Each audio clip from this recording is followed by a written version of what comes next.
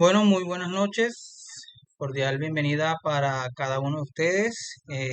Siendo las 7 de la noche, vamos a iniciar con la tercera sesión en la noche de hoy. Disculpen que no pueda encender mi cámara, aparentemente tengo un problema por acá. Eh, bueno, voy a dar lectura a la semblanza o resumen curricular del magíster Oscar Orellana Artigas, quien es docente e investigador en ciberseguridad. En la noche de hoy nos estará acompañando también la magíster Maggie Campos Cardoso. Van a disertar temas referentes a la ética, específicamente en el caso del magíster Oscar Orellana, nos comentará un poco el tema de la ética en la ciberseguridad. Doy lectura a continuación de su resumen curricular. El magíster Oscar Orellana Artigas es ingeniero en ciberseguridad, tiene un máster en ciberseguridad por la Universidad Camilo José Cela, actualmente es docente y entre otras actividades también desempeña cargos en el área directiva en PartyHack y participa además en charlas de la especialidad en diferentes eventos. Entonces, Magíster Oscar cuenta con 45 minutos para la disertación y luego de esos 45 minutos iniciará la ronda de preguntas y respuestas para los participantes. Entonces, bienvenidos. Hola, buenas tardes. Muchas gracias por la presentación. No sé si faltará gente todavía ya por sumarse. Vamos a comenzar a hablar un poco. Demos un pequeño segundo acá con el compartir pantalla. Vamos a ver un tema. Vamos a tratar de resumir lo máximo posible la presentación para ver algunas cosas prácticas.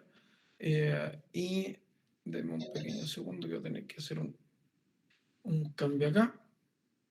Y es que entre Zoom y Meet se me cambian algunas cosas, pero lo corregimos de inmediato. Denme un segundo. Este lo voy a esperar. Este lo voy acá. Ya, ahí estamos.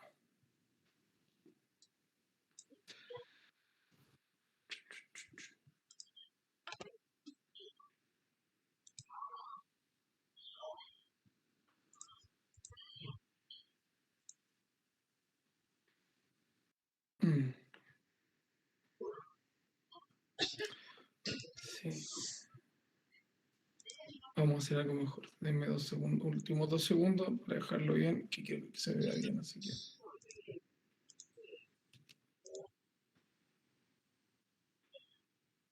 Perdón a los presentes.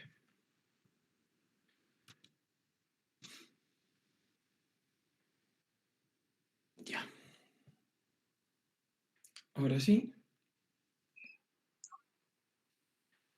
Por favor, ¿me confirman que se ve la pantalla?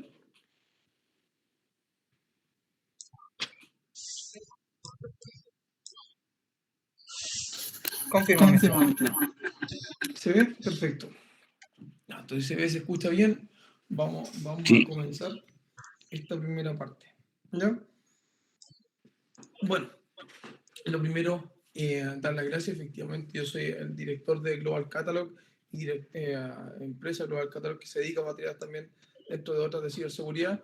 Y también soy director de PartyHack como una comunidad que se dedica a entregar conocimiento en ciberseguridad. Y tengo el agrado de poder participar gratamente ya por segunda vez con Plagis para poder realizar cosas que lleven el conocimiento de manera un poco más abierta a la gente. En ese sentido, vamos a comenzar la presentación. ¿Ya? Lo primero que hay que señalar, que quiero que vayamos tomando para ir tomando un entendimiento de lo que vamos a hablar. Vamos a hablar un poco, en esencia, dentro de la ciberseguridad, vamos a hablar de lo que es el OSINT, el Open Search Intelligence, porque ahí es donde nosotros más tenemos temas, y otros temas también que tienen que ver con forense, pero para no abrumarlos tanto, vamos a entrar en el Open Search Intelligence. ¿Por qué? Porque primero es muy importante lo que señala Carl Sagan, de que saber mucho no es lo mismo que ser inteligente. La inteligencia no es solo información, el juicio para manejarla.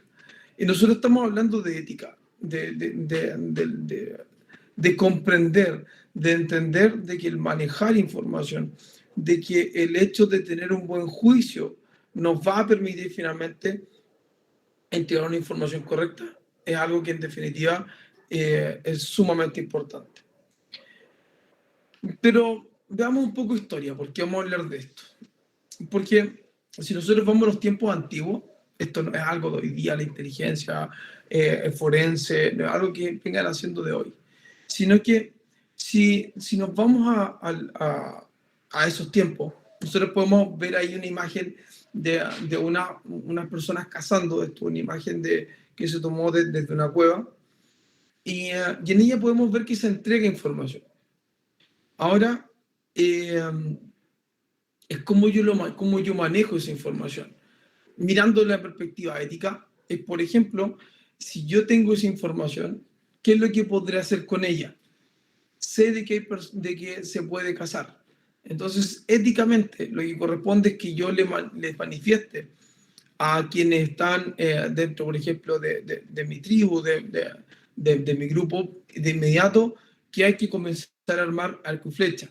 Lo no recomendable sería señalarle, oye, ¿sabes qué? Hay que arrancar de acá porque no hay comida. Entonces, ¿cómo manejamos éticamente la información? Si eso lo pasamos a los tiempos actuales, la cantidad de información que se maneja en redes sociales es múltiple.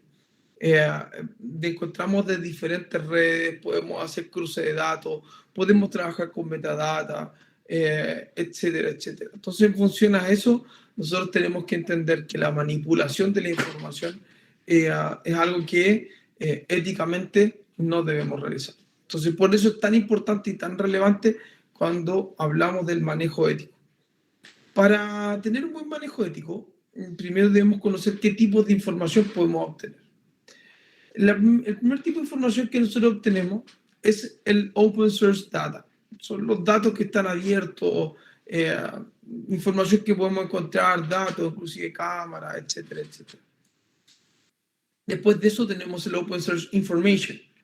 Todavía esta información no está procesada, pero es muy normal de que tengamos mucha información de diferentes fuentes, diferentes lados. Luego el Open Source Intelligence, donde la información que está anteriormente ya está siendo procesada. Y finalmente, el Validated OSINT, que es cuando nosotros hablamos de que tenemos el Open Source Intelligence, pero validado. ¿Ya? Aquí me voy a detener, porque cuando nosotros hablamos de ética, necesariamente tenemos que entender de que tiene que haber un proceso, tiene que haber un método científico. El método científico, en estricto rigor o grandes rasgos, ya que es algo que ustedes ya lo vieron con otros docentes, por eso no voy a profundizar de gran manera, pero sí podemos decir de que en estricto rigor tiene diferentes puntos o temáticas donde yo tengo que irme fijando. ¿Por qué? Porque si yo sigo los mismos pasos que el investigador anterior, debería llegar al mismo resultado. Y eso es una de las fórmulas de ver si éticamente también es correcto. Ahora, hay que tener una separación entre lo que es éticamente correcto y lo que está bien o ha sido manipulado. Me refiero, lo vamos a ver más adelante. Una cosa es que yo tenga la información, sea correcta, pero no es ética divulgarla. O por otro lado, yo tengo la información y modifico esa información. Entonces ahí cuando la modifico no solamente no es ético, sino que en definitiva lo que estoy haciendo es transgrediendo ciertas normas de conocimiento público. Inclusive puede llegar a ser normas penales dependiendo de lo que yo esté manipulando. Lo primero que debemos tener claro es que tenemos que establecer las metas. Una vez que establecemos las metas, procesamos la información, buscamos escenarios, se analizan esos escenarios, se documenta, se presenta para finalmente tomar una decisión. Pero vamos por partes. ¿ya? La idea acá, yo sé de que hay preguntas por los últimos 15 minutos, pero si alguien tuviese una pregunta que en nuestro rigor fuera muy importante para este momento, también lo dejo abierto para que la haga. Quien solicita es quien tiene que establecer metas. ¿Cuál es la idea? Es que quien va a analizarla no participe en ese establecimiento de metas para que tenga el menor prejuicio posible. Todas las personas tenemos un nivel de prejuicio y eso es algo que no lo podemos negar y algo que tiene que ver con nosotros. Y eso no significa de que sea poco ético que una persona o decirte que una persona tenga prejuicio. Para el contrario, reconocer que nosotros tenemos un nivel de prejuicio nos permite poder tener una visión más acabada de nosotros mismos y nos permite separar justamente hasta qué punto puedo llegar yo. ¿Ya? O sea, éticamente es correcto saber de que si vamos a investigar, ¿cómo se llama? Tenemos que hacer una investigación y tratar de encontrar a una persona que está desaparecida, por ejemplo, y es pariente nuestro, establecer la meta sí es importante, pero analizarlo no siempre es relevante porque muchas veces esa ayuda va a entorpecer. Entonces sería éticamente incorrecto porque voy a estar observando y manipulando información que en estricto rigor yo ya tengo de alguna forma en mi cabeza está dicho que es lo que debería pasar. Entonces, en razón a eso, lo éticamente correcto es que yo diga, mira, ¿sabes qué? Esto se lo dejamos al analista. ¿Ya? Luego de eso, establecer la meta de qué es lo que se trata. Después vamos a ir viendo por punto de qué es, ¿ya? Pero a grandes rasgos es poder decidir qué es lo que vamos a hacer, para dónde vamos a ir, qué es lo que queremos, ¿ya? ¿Qué es lo que es importante ahí para establecer una meta? Es documentar esas metas y un contrato. Generalmente un contrato es súper importante porque ayuda a establecer claramente cuáles son los alcances del trabajo, hasta dónde voy a llegar, dónde tengo que parar, ¿ya? Y en estricto rigor, dónde ¿cómo se llama? O qué es lo que yo puedo esperar como quien toma la decisión, finalmente, qué es lo que yo voy a ocupar para eso. Después vemos el proceso de la información. En el proceso de la información vemos que como conducta de entrada está la documentación y meta y el contrato. Y vemos herramientas de extracción. Si nos alcanza el tiempo y Dios lo permite, vamos a ver ahí un poco de herramientas en vivo, que es un poco para que podamos comprender por qué elegimos OSINT versus otras cosas como por ejemplo la investigación forense. ¿Ya? En este proceso de información participa el analista. Quien solicita no debe participar. Primero, por un tema ético, como conversábamos, que su participación, si él después va a tener que tomar una decisión, él tiene que estar libre lo mayor posible de prejuicio y es el analista quien debe investigar de manera autónoma y después entregar un resultado. ¿Ya? Después de esas herramientas de extracción, nosotros procesamos esa información y tenemos una salida respecto de ello. Es documentar la adquisición, la evidencia y documentación del análisis. ¿Por qué es tan importante documentar? Porque especialmente, tanto como en la materia forense como en materia de Open Search Intelligence, siempre existe la duda si la información fue manipulada. ¿Por qué? Porque es un campo que no toda la gente conoce y es difícil de validar si es que algún tipo de información que pasó por las manos del analista, es un analista docente o un analista forense, tiene alguna manipulación por parte de él. Entonces, por eso es tan importante de que pase por un proceso científico desde la mirada que tenga un proceso riguroso para evitar justamente ese tipo de cosas. Luego de eso, el analista nuevamente trabaja en lo que es la búsqueda de escenario. Cuando trabaja en lo que es la búsqueda de escenario, significa de que ya tomando la documentación, la evidencia, todo lo que le encontró, comienza a buscar algunos escenarios posibles. Vamos a ver después, ya cuando revisemos más profundidad, por qué es tan relevante, ¿ya?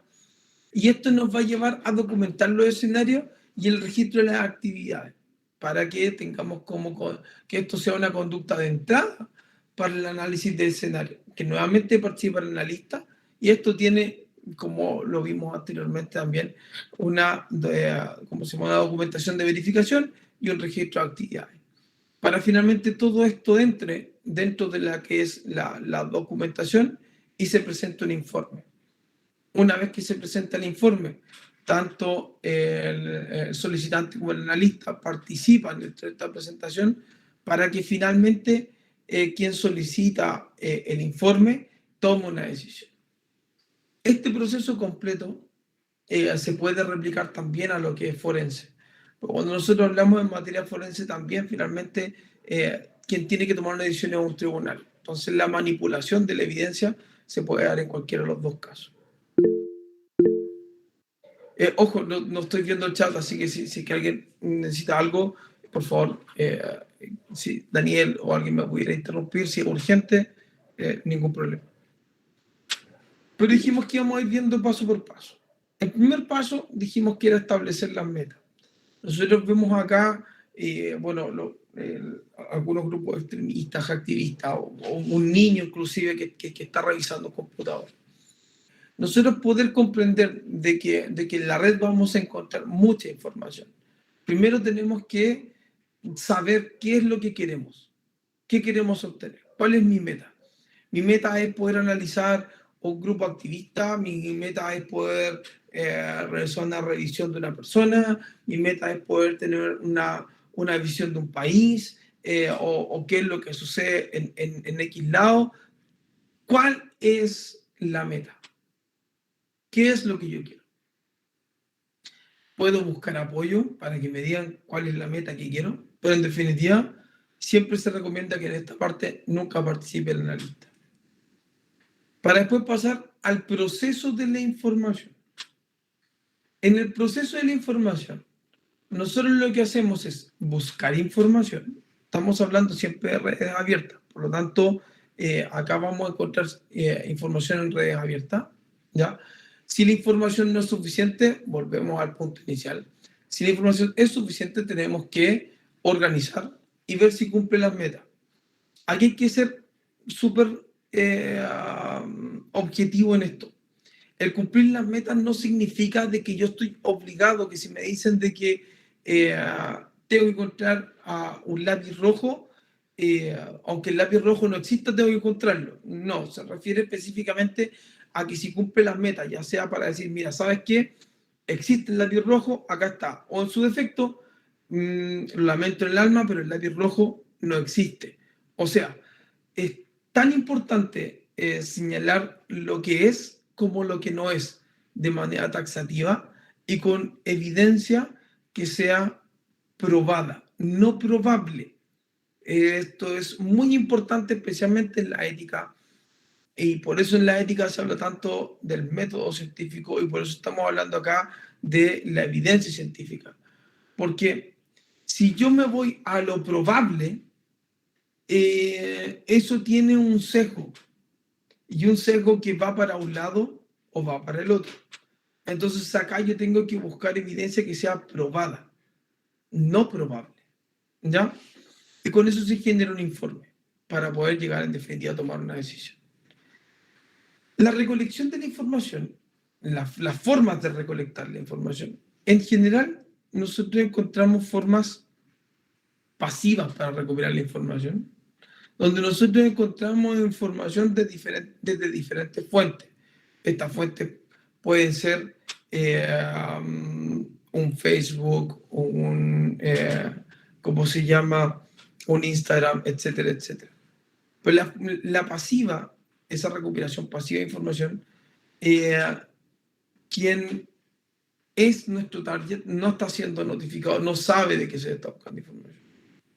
La semipasiva es cuando nosotros buscamos información o se busca información de alguna persona, entidad o lo que sea, pero la entidad puede llegar a saber de que se está buscando información de ella. Ahora, hay que tener ojo con un detalle. El detalle más importante es que cuando yo recolecto información semipasiva, esto es, por ejemplo, como LinkedIn. Yo busco a alguien en LinkedIn y al momento de encontrarlo, me voy a encontrar con dos cosas. La primera es la información de la persona y la segunda que la persona es notificada que yo estuve viendo su perfil. Por lo tanto, a eso se le conoce como semipasivo.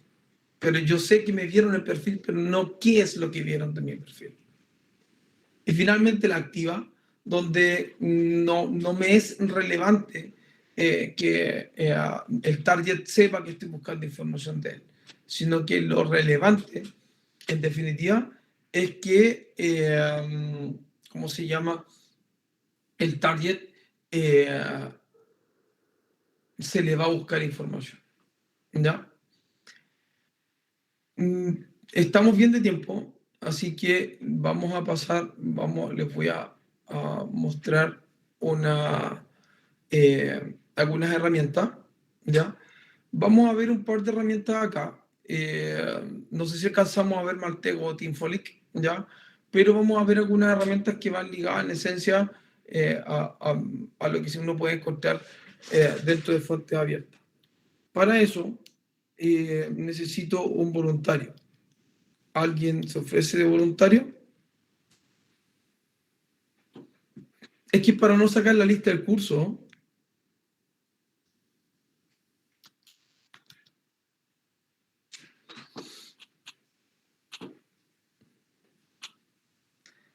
chuta, como que todo el mundo me tuviera miedo cuando digo eso. Me siento así.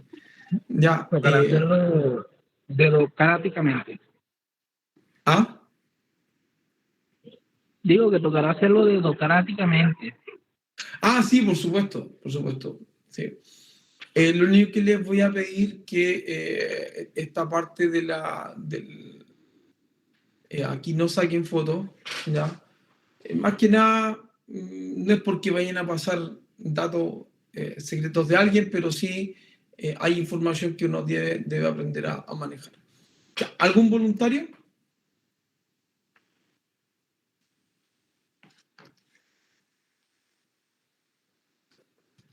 Buenas noches, ya levantamos la mano varios. ¿Ya? Como no puedo ver el chat, varios podría abrir su micrófono. Listo. Ya, maravilloso. Vamos a revisar quién es usted. ¿Ya? No tenga miedo, nada tan grave. ¿Ya? ¿Su nombre, estimada? Michelle. Michelle. Sí, Michelle. Michelle, ¿así? Correcto. Michelle, con E al final. Michelle, ¿así? Sí, correcto. ¿Su apellido? Domínguez. ¿Tiene un segundo apellido? Víquez. ¿Víquez con V o con B? Viquuz. Viquz. ¿Así? Correcto. Vamos a ubicar, vamos a tratar de ver quién es. Ya. Esta información es una información que se saca, bueno, saca más rápido, uno va viendo otras cosas ya con más tiempo, ¿ya? Perdón. Abrir el enlace. Ya. Y acá, denme un segundo, que hay muchas. ¿Usted participó en las voces normalistas? Sí, soy colaboradora en Voces Normalistas. Bueno, aquí ya está su colaboración. Si la buscamos acá, denme un segundo. Vamos a checar un poco.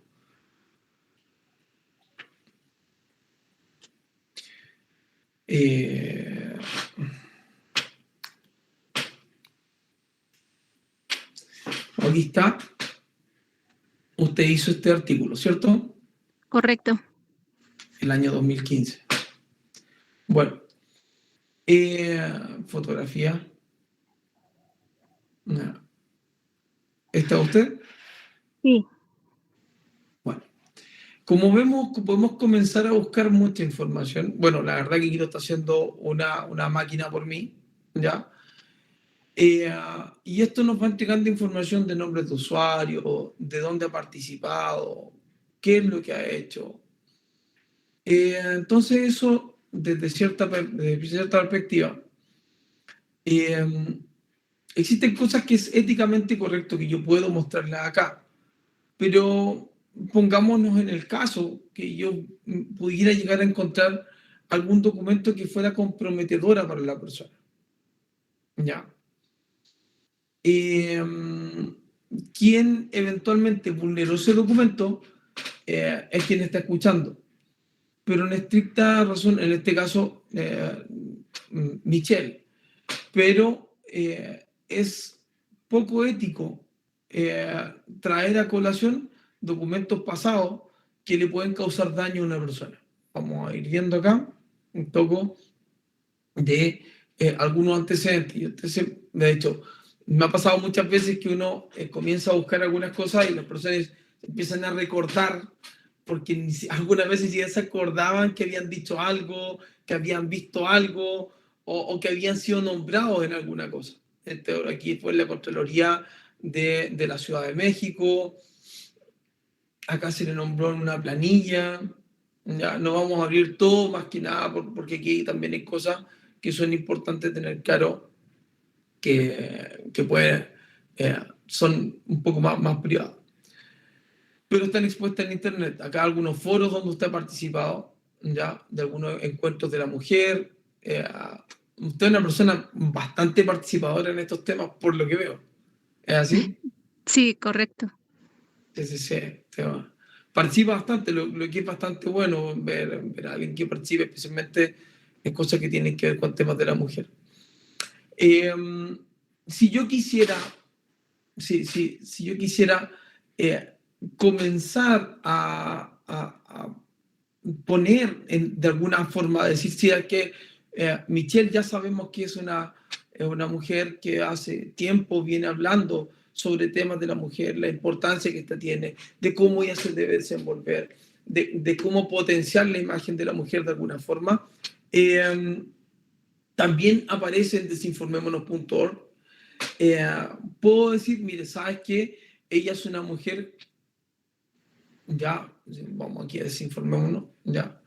Eh, ¿Cómo se llama? Aquí está hablando del periodismo desde esta perspectiva, ya.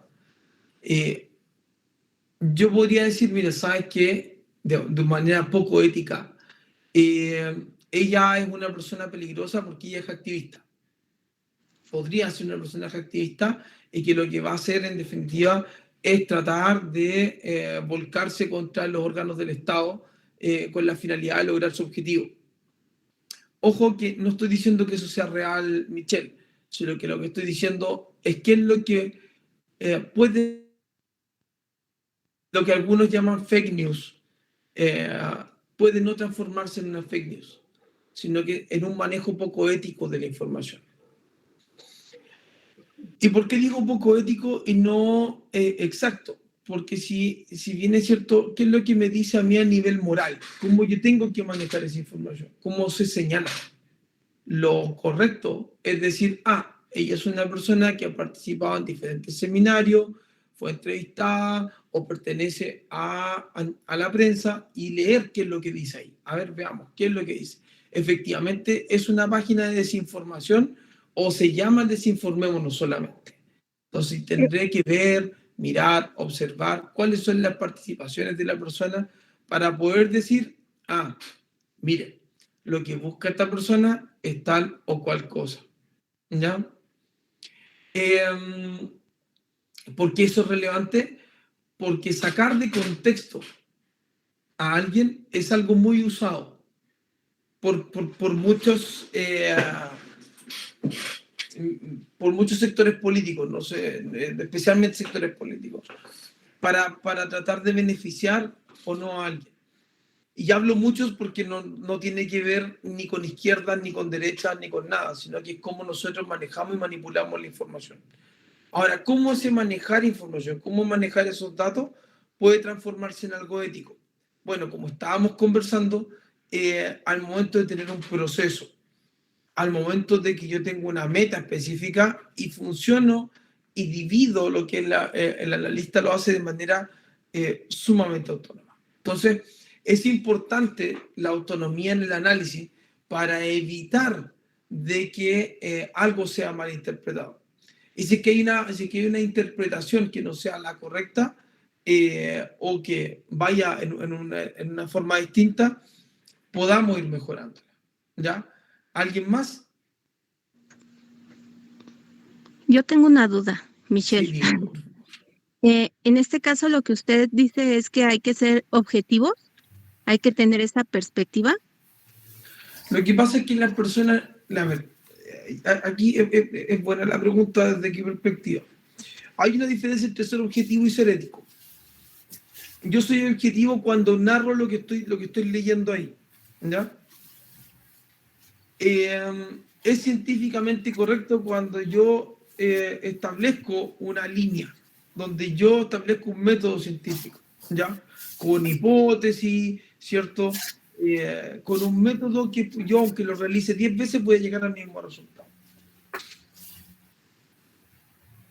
Pero el hecho de ser objetivo es ya de por sí un elemento subjetivo. Porque, perdón, si yo le doy lectura simplemente, no necesariamente voy a ser objetivo, no sé si logré entender de buena forma. ¿Desde qué perspectiva? Desde que la sola lectura de la cosa no necesariamente me va a dar el marco completo. Por ejemplo, si yo quisiera ser objetivo respecto de una noticia, yo pudiendo ser objetivo puedo sacarla de contexto igual. ¿Por qué? Porque estoy siendo objetivo. ¿La persona lo dijo? Sí, lo dijo. Pero que usted no está leyendo todo, pero estoy siendo objetivo. ¿La persona lo dijo? Sí, lo dijo. Eso es un elemento de la causa. Ahora, estamos hablando de algo más profundo. Que si la pregunta es si eso es éticamente correcto.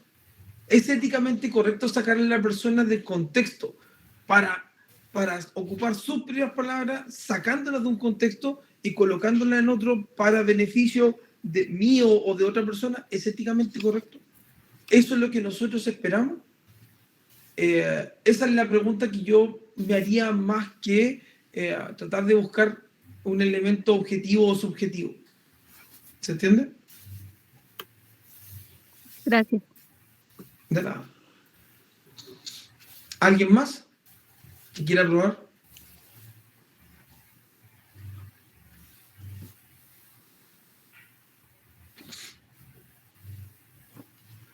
¿No? No tengan miedo, la verdad no va a pasar nada. ¿O fue mucho?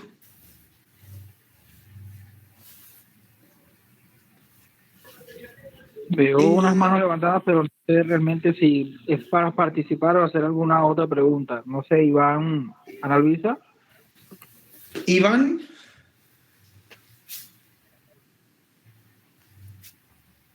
¿Cuál es su apellido, don Iván? Ana Luisa. Ana Luisa. ¿Así? Sí. La idea de hacer esto también es para que les sirva a ustedes mismos, para saber cuán expuestos están, ¿ya? De alguna forma. Ahí después cada uno puede dar una mirada, ¿ya? ¿Usted se llama Iván Alberto Ana Luisa Aroca? Sí. Aquí está. Este es usted. ¿Ya? Usted tiene una publicación en Cielo. Aquí está su currículum. Completo. ¿Eso es bueno o es malo? Aquí estamos buscando más que otras cosas, es entender por qué es tan importante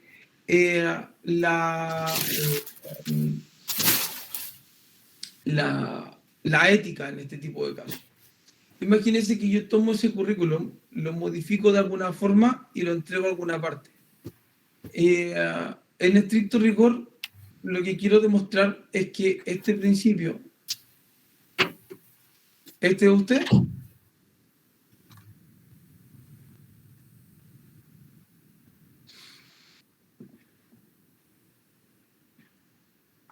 Lo que quiero mostrar con esto es que es sumamente fácil encontrar a personas y también descontextualizarlas, ¿ya? Por eso es tan importante y tan relevante, o por eso encontramos de que era tan importante que ustedes pudieran ver un poco dónde están y que entiendan de que esto es manipulable y hay cosas que son éticamente correctas y otras que no son éticamente correctas exponerlas. ¿Ya? Este es su Facebook, ¿cierto? No, ¿No? Ya. no. No se preocupe, lo que pasa es que usted se va a encontrar con muchas personas que se van a llamar de la misma manera, ¿ya? Y estas herramientas van a buscar a todas las personas que ocupen el mismo nombre, ¿ya? Bueno, un poco de ahí va, sigue con algún tipo de información. Acá está nuevamente, este sí es usted, ¿ya? Ouch.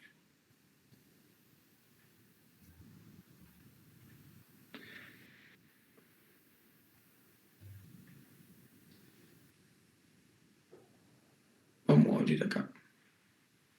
¿Ya? Acá usted, ¿cómo se llama? Los libros, usted tiene un libro, tiene libros publicados, Memoria de un Congreso, ya, el año 2016, y dentro de los autores está usted, ahí está, marcado, ¿ya? Y eso es bueno, la verdad lo felicito. Y aquí también otro del año 2019, aquí, 2019, en un congreso, ¿ya? Y tiene otro un poco más abajo, denme un segundo. No, esos serían solamente esos dos. Juré haber visto tres. Bueno, dos. Ambos son de la Universidad Laica y Eloy. ¿Ahí estudió usted? No, pero sí publiqué en ese congreso. Perfecto. Entonces, cuando nosotros estamos hablando de la manipulación de data, de manipularla de buena forma, es poder comprender de que estos datos que están ahí pueden afectar a alguien de alguna manera. ¿Ya? Bueno, así se puede seguir buscando mucha otra información. La verdad que se fija, especialmente la gente que ha publicado o aparece en directorio, la verdad que va a aparecer en muchas páginas. ¿Ya? Eh, por lo tanto, aquí hay una publicación que aparece de Chile, pero entiendo que usted no es de Chile, así que no sé si será suya. ¿Usted tiene Twitter? ¿Usa Twitter? Puede ser que sí. No. No, ya, entonces no es suya. ¿Ya?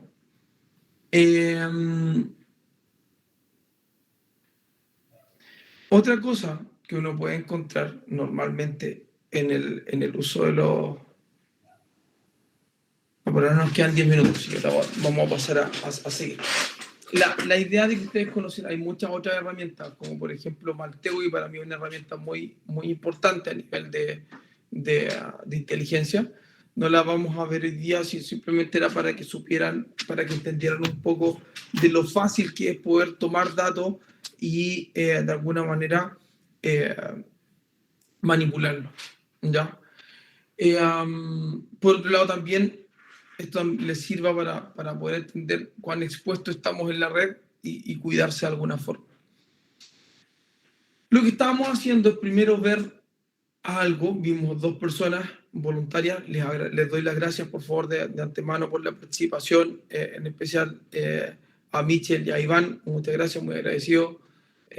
No nos conocíamos antes, así que por lo tanto es muy difícil que yo podría haber obtenido información anterior, ¿ya?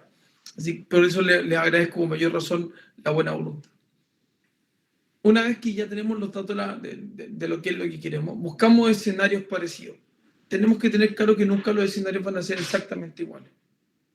¿Por qué? Porque uno tiene que entender de que el escenario donde se movió una u otra cosa nunca va a ser exactamente el mismo. ¿Ya? Si bien es cierto, dicen que la historia es cíclica, o sea, tiene la tendencia a repetirse, pero eso es la historia.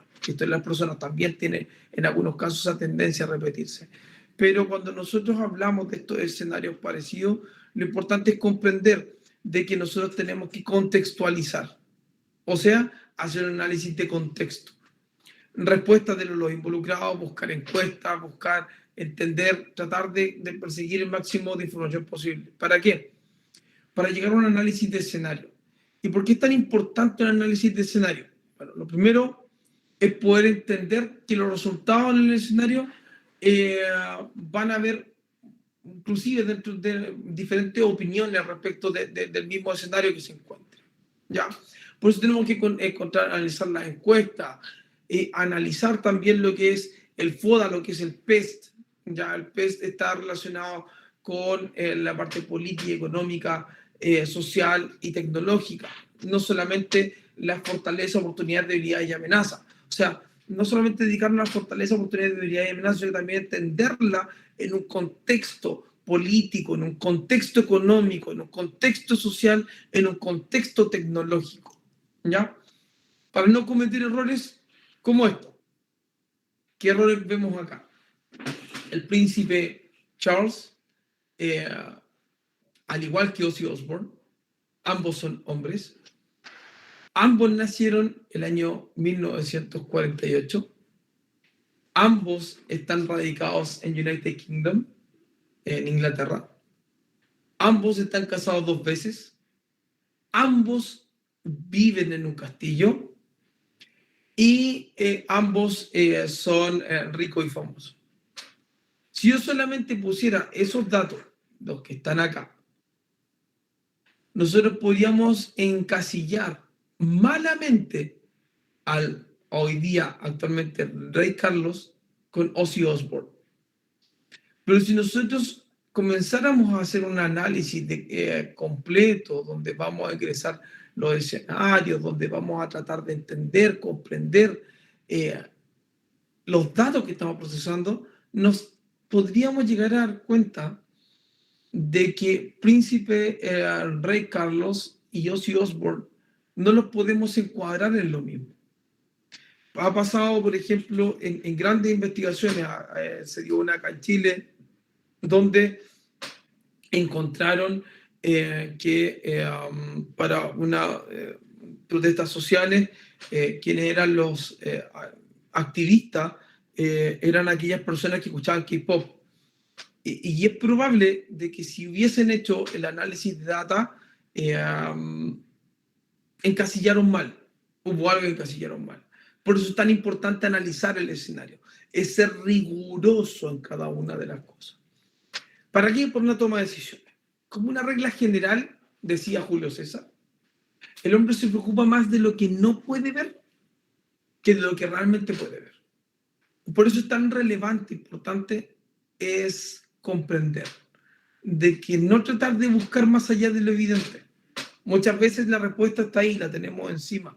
Me ha pasado algunas oportunidades que en pruebas he puesto respuestas muy lógicas y todo el mundo la tiene mala, porque están buscando aquella respuesta que no puede ver. Es que no puede ser esa respuesta porque es lógica. Las otras no son lógicas, entonces por ahí tiene que ir. Entonces, a veces tratamos de encontrar lo que es más oscuro porque ahí es donde está la información. Y finalmente, dejarles una pequeña reflexión que dice que todo aquello que el hombre ignora no existe para él.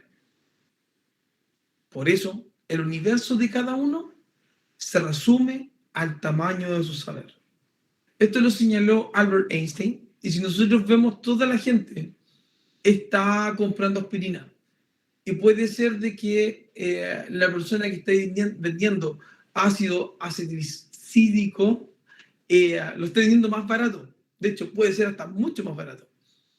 Pero como la gente ignora que son exactamente lo mismo, el otro es el compuesto o el nombre científico y aspirina es el nombre genérico, en estricto rigor nunca van a ir a comprar, aunque esté más barato, simplemente porque no lo conoce, simplemente porque lo ignora.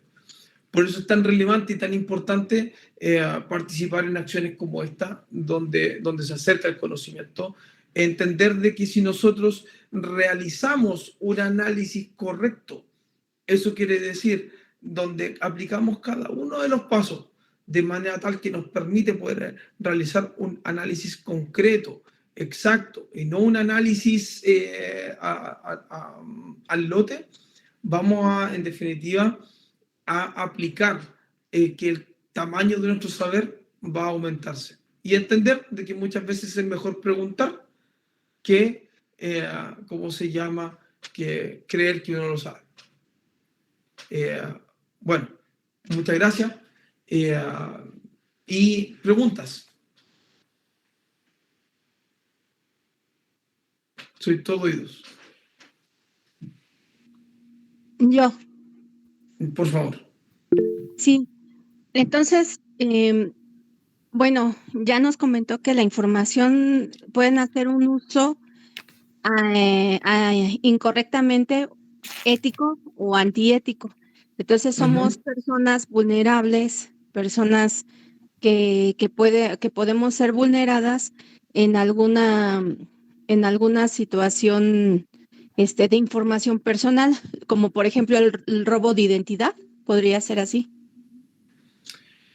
A ver, sí, lo que pasa es que lo que queremos apuntar va más allá o va más lejos que el solo hecho que yo pueda o no robar una identidad de una persona. La pregunta es la información que yo tengo. Si yo, por ejemplo, en este caso, viera de que aparece por usted en algún minuto haya sido, ¿cómo se llama?, vulnerado, por ejemplo, un celular y a raíz de eso un atacante filtró alguna fotografía comprometedora de usted.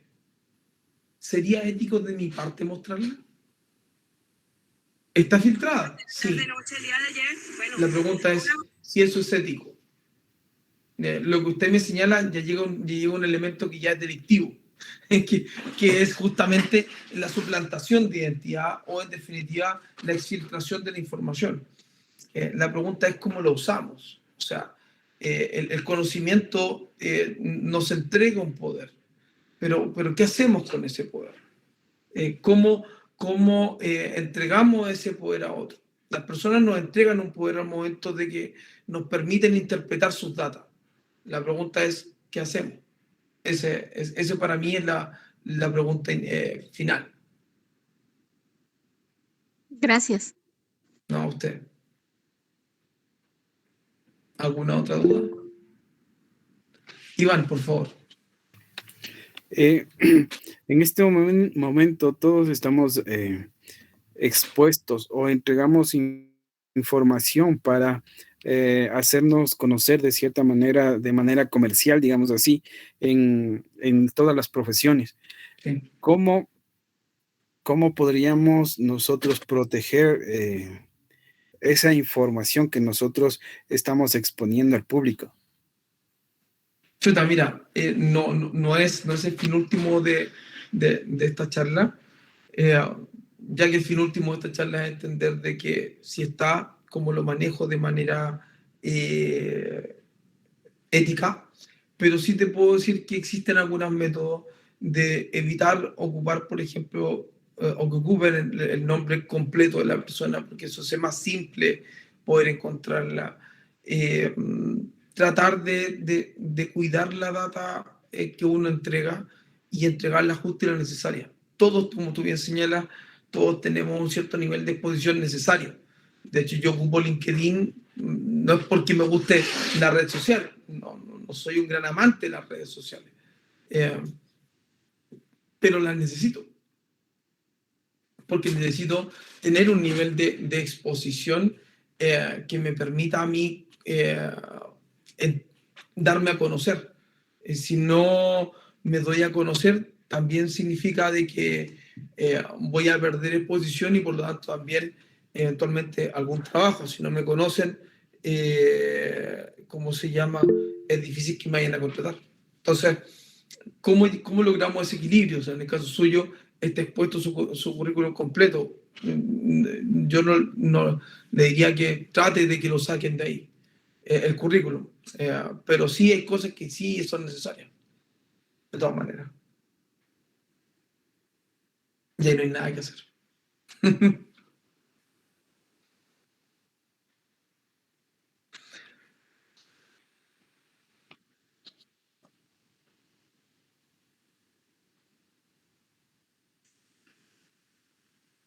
¿Alguna otra duda?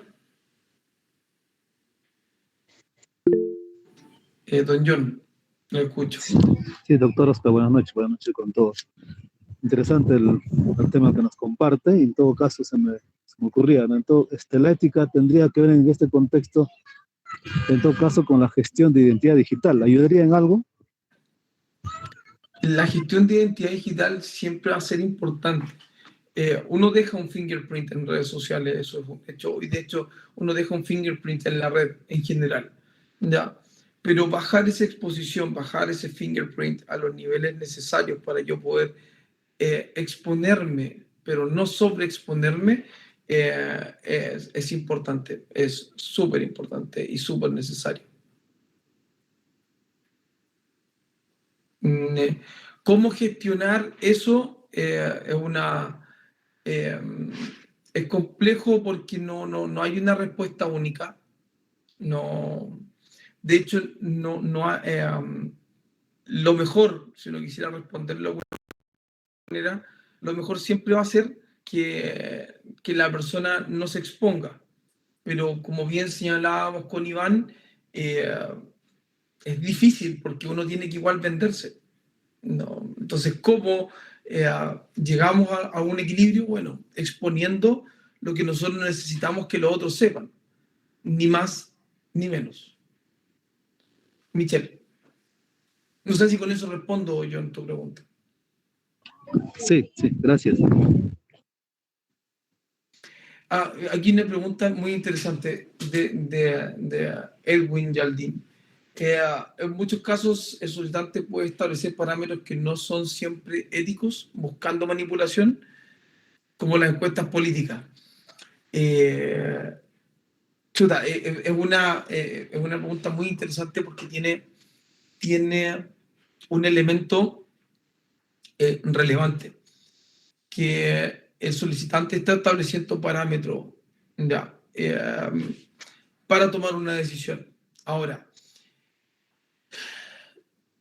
es decisión del analista, aunque a mí me digan, ¿sabes qué, Oscar? Hay que hacer una encuesta, ya, pero hay que manipular esos datos.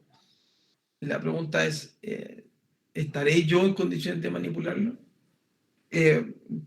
Yo como analista, ¿cómo se llama?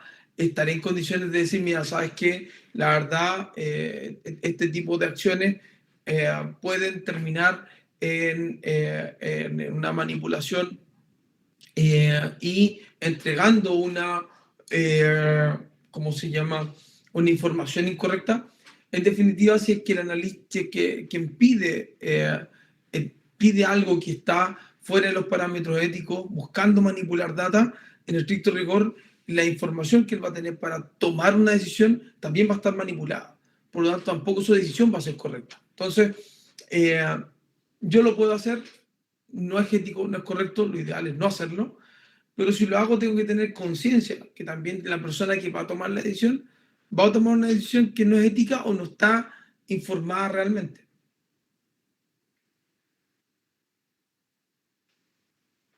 No dije dónde se podían verificar los datos, no lo dije. De hecho, lo ejecuté, son herramientas de Open Source Intelligence que nosotros los analistas ocupamos para obtener data. No sé, Edwin, si contesto tu pregunta, ¿cómo se llama, Edwin? Michelle. Sí, gracias. Bueno, también otra parte es esto que estaba comentando sobre las redes sociales y incluso, por ejemplo, con los correos electrónicos, ¿no? En donde uno les otorga los permisos para les concede los permisos para accesar a parte de la información de ya sea del celular o de nuestro ordenador. Entonces también ahí pues tener cuidado, ¿no? Con esta parte, sobre todo por esta temática axiológica que marca usted en donde el no ser ético o el serlo.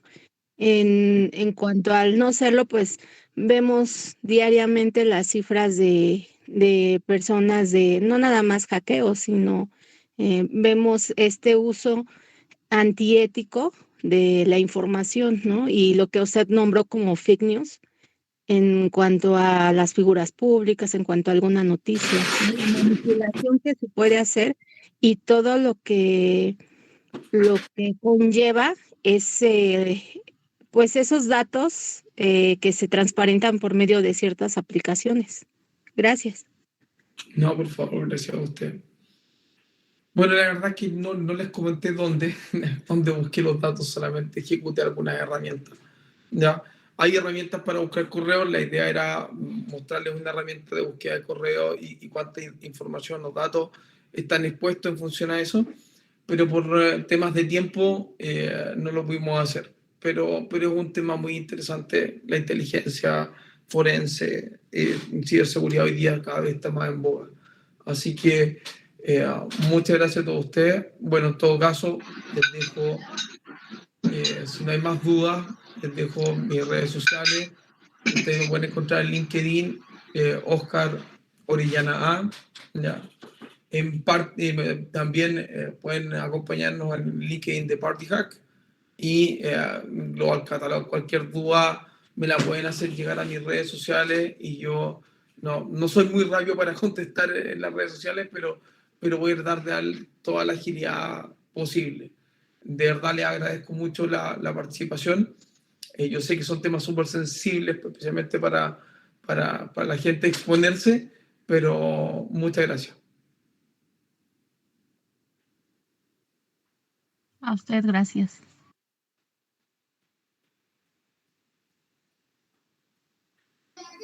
Muchísimas gracias, doctor Oscar. De verdad que ha sido una ponencia enriquecedora, realmente ilustrativa e interesante. Realmente la sesión de hoy, el tema de la ética aplicada a la ciberseguridad, es algo que debemos manejar y debemos tener en cuenta más cuando tenemos datos sensibles, como por ejemplo, como lo ilustró usted, una hoja de vida con datos sensibles como dirección, como teléfonos, datos personales que realmente pueden, si caen en manos equivocadas, llegar a tener problemas. Entonces, para tener en cuenta, muchísimas gracias realmente por esa explicación tan maravillosa.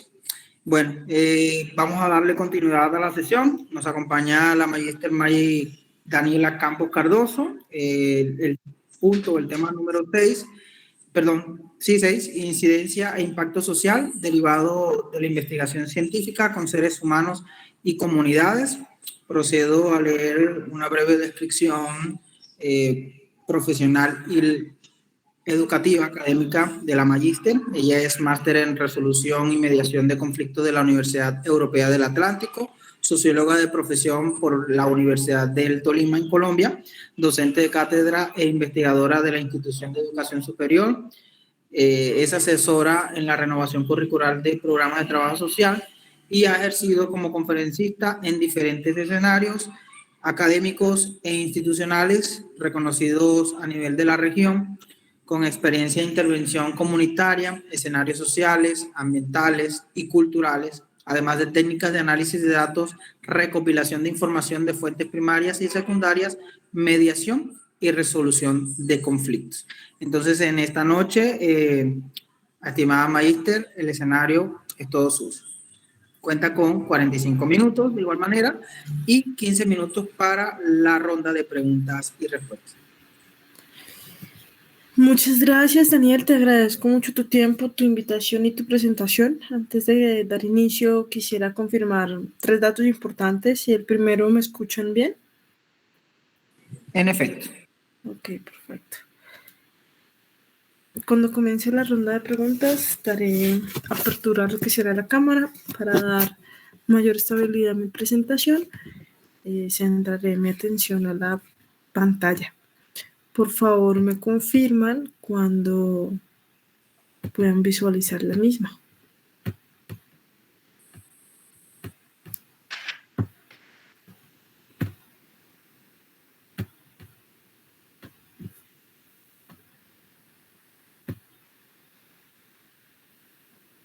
¿Pueden ver mi pantalla? Sí, señora. Sí. Perfecto. ¿Y si la muevo, también se mueve con ella la imagen? Así es. Actualmente estamos viendo una imagen de un artículo. Listo, perfecto. Bueno, muy buenas noches. Gracias por su atención, por su presencia. Agradeciendo el poder compartir este espacio con ustedes y ante todo el poder hacer incidencia y reproducción de conocimiento en estos escenarios multidisciplinares, multiterritoriales y multiétnicos que nos hacen encontrarnos. Agradeciendo a todos por su atención, vamos a dar inicio a lo que será la temática en incidencia e impacto social derivado de la investigación científica con seres humanos y comunidades. Para poder dar apertura a este tema, quiero ser clara en cómo quiero hacer transversal la discusión entre estas dos categorías, como es el impacto y la incidencia en estos contextos sociales.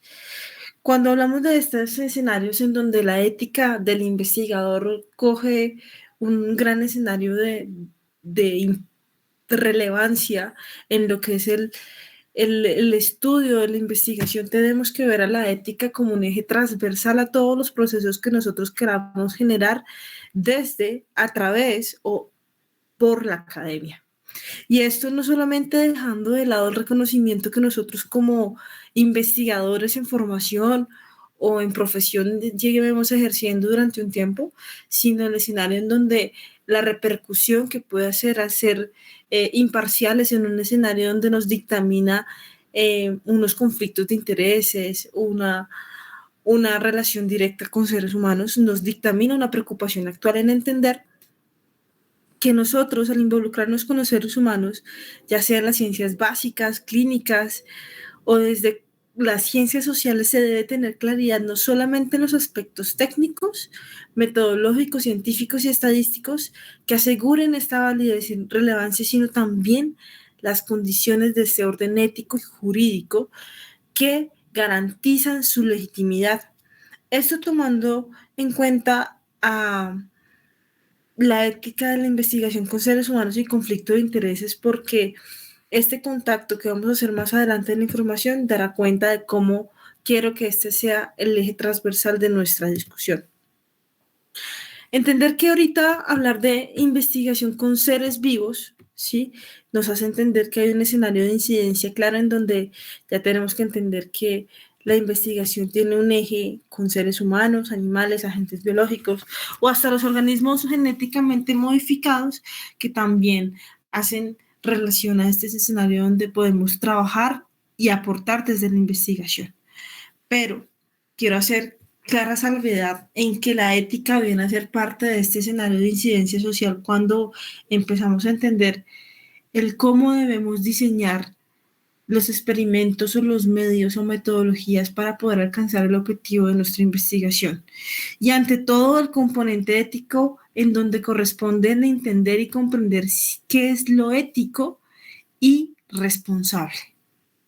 Esto nos deja tener claro dos escenarios de incidencia claves que siento yo que la investigación entra a reducir, porque la investigación científica es la base para entender el alcance y el impacto social de la misma, ya que nosotros de manera directa o indirecta como investigadores buscamos siempre trabajar y pensar hacia el futuro, pero siempre entendiendo que la investigación, todo este proceso de incidencia científica hasta investigativa que se reafirman en los medios de reproducción de conocimiento como son las revistas indexadas, los libros, las patentes y los nuevos desarrollos de software, como ahorita previamente visualizamos el impacto de la web y también su manejo de datos en los grandes inventos creados por el hombre.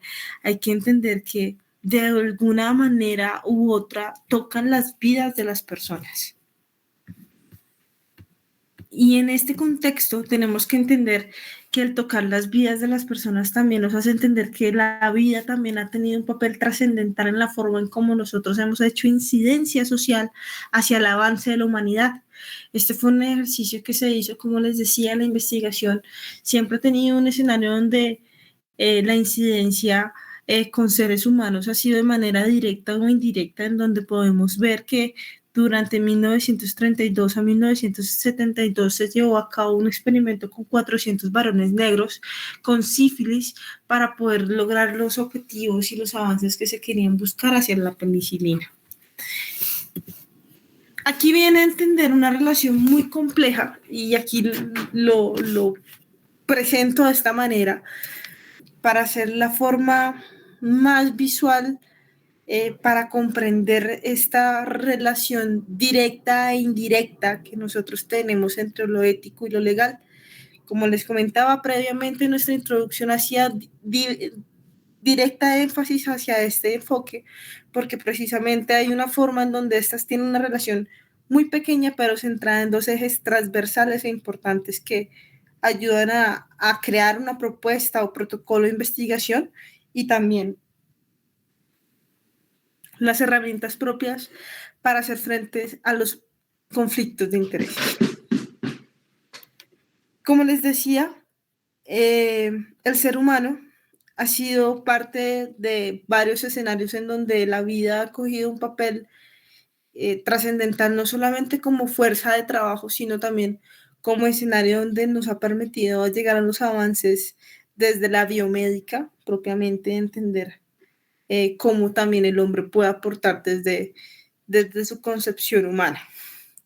Entender esto nos hace también adentrarnos a lo que se denomina el código de Nuremberg, porque este código precisamente nos hace dar cuenta el énfasis en el consentimiento informado y en la autonomía de los sujetos cuando se empezó a considerar la investigación clínica. Y a este escenario de investigación clínica dio apertura al análisis y al estudio precisamente de los nuevos fenómenos de incidencia que, a pesar de ser biológica, estaban teniendo un gran impacto en la vida social. A este punto podemos considerar lo que es el gap 90-10. Este escenario de gap 90-10 comprende que el 90% de los recursos se emplean en investigaciones sobre enfermedades que afectan únicamente al 10% de la población mundial, pero aún así este escenario pandémico nos hizo dar cuenta de que si no hacemos acciones efectivas y correctivas hacia prevenir más que suplir, seguramente la pandemia COVID-19 no será la única pandemia que haremos frente a esta situación propia que repercute en un escenario social, aunque nazca en un contexto biológico. Esto nos hace entender también algo muy importante. ¿Qué papel juega lo ético y lo legal? ¿Qué papel juega lo ético en el conflicto de intereses? Y cómo nosotros, desde nuestro enfoque metodológico, objetivo, teórico, hasta práctico, que le demos a nuestro protocolo o propuesta de investigación, puede hacer frente a este conflicto de intereses. Se asume que para algunos autores, ¿sí?, es más conveniente no llamar conflicto de intereses, sino que habláramos mejor de confluencia de intereses, ¿sí?, como lo supone Capola y Fitzgerald en 2015. Pero si nosotros al fin y al cabo sea un ejercicio de que los intereses primarios y secundarios que riñen entre las partes, ya sea empresa contratante de investigadores, investigador independiente, comunidad o cualquier otro escenario público o crítico que se realice en torno a la investigación, se tiene que entender que estos intereses no deben de reñir si hablamos de confluencia de intereses, sino que coincidan. Esta es una gran idea si el objetivo justamente es beneficiar a todas las personas que hacen parte de esta sociedad en general, ¿sí? Sin que alguna persona inmersa dentro de este conflicto de intereses logre o consiga algo más de las ganancias, ya sea económicas, académicas o de otro tipo, ya sea que busquen nosotros como investigadores, las instituciones o las empresas. Sin embargo, hay algo que hay que tener muchísimo cuidado, es que estas coincidencias no se conviertan en algo que oculte finalmente lo que muchos anhelan, precisamente es que los intereses particulares prevalezcan, pero sin quedar expuestos claramente a lo que se llamaría la crítica o el control público. Y aquí en este escenario de crítica o control público viene lo que viene a ser uno de los ejes éticos más importantes de la investigación, que es la construcción o consolidación de comités éticos. Y uno diría, bueno, ¿para qué finalidad o para qué fin o ideal tendrían estos comités éticos en relación a la investigación? Precisamente en poder evitar los riesgos o la ruptura de confidencialidad o la publicación de resultados sin ciertos criterios de confiabilidad o credibilidad que me permiten asegurarme que como comunidad o como investigador, al hacer mi investigación científica, no cometa una falta en relación al manejo de la información.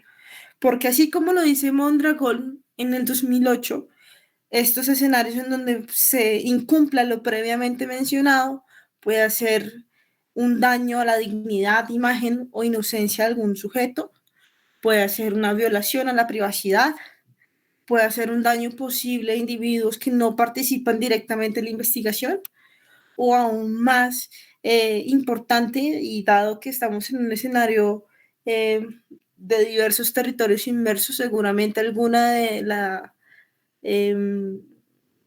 constitución o políticas o reseñas públicas que existan en sus códigos éticos y o leyes hagan relación a la responsabilidad civil hasta criminal que pueda tener el uso indebido de la información sin el reconocimiento de las partes. Por eso es que es necesario que nosotros como investigadores y en nuestra investigación aportemos todos esos hallazgos relevantes y esenciales que hace que sea innovador, y además que nos haga entender que cada gobierno, haciendo énfasis en esas políticas previamente mencionadas, deban de tener políticas claras que cuenten con estos comités de ética. El problema es que si estos comités de ética son solo sellos burocráticos y no representan realmente un control, pues solamente vamos a seguir reafirmando el deber de tener algunas políticas que hagan uso de estas normas éticas aceptadas por la comunidad científica y ante todo que rijan su accionar.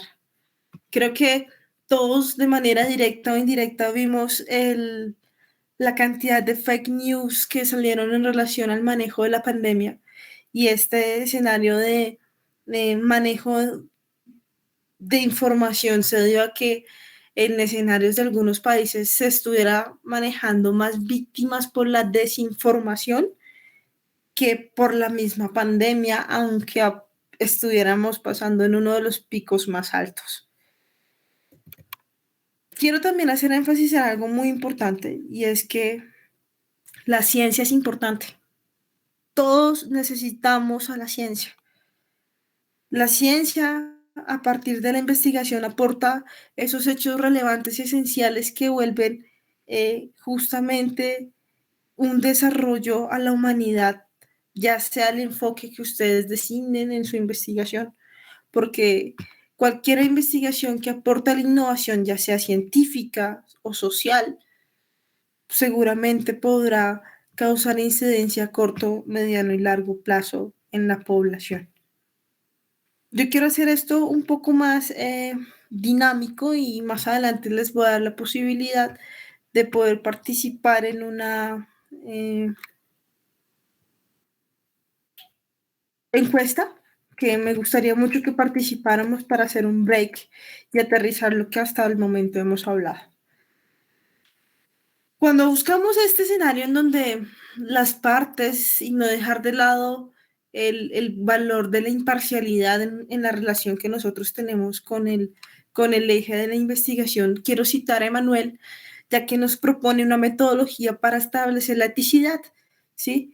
Entender el valor que tiene la investigación, entender la validez científica que se puede hacer bajo los criterios de rigurosidad que en algunas universidades o en algunos medios o revistas nos exigen bajo la evaluación de pares ocultos, la selección equitativa de sujetos en el cual nosotros no tengamos ninguna intención o intencionalidad con algún sujeto inmerso dentro del problema, más allá de que esta selección equitativa de sujetos llegue al punto de ser hasta una forma donde yo no tenga una incidencia directa con el actor, porque si no perdería mi criterio de imparcialidad.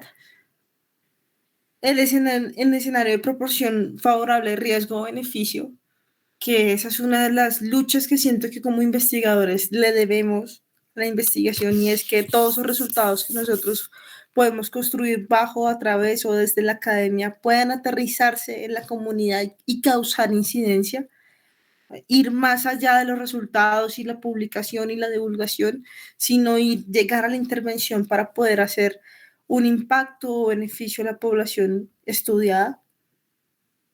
La existencia de la evaluación independiente. Y siento que aquí en esta existencia de evaluación independiente hago el criterio y la confiabilidad de los valores éticos que tenemos que tener en cuenta para poder ser partes y partícipes de la investigación.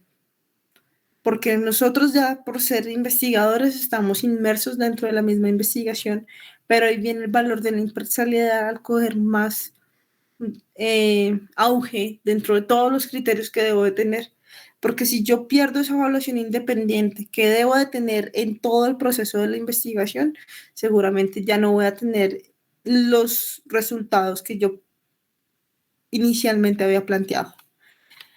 Y por último, y no menos importante, el proceso del consentimiento informado.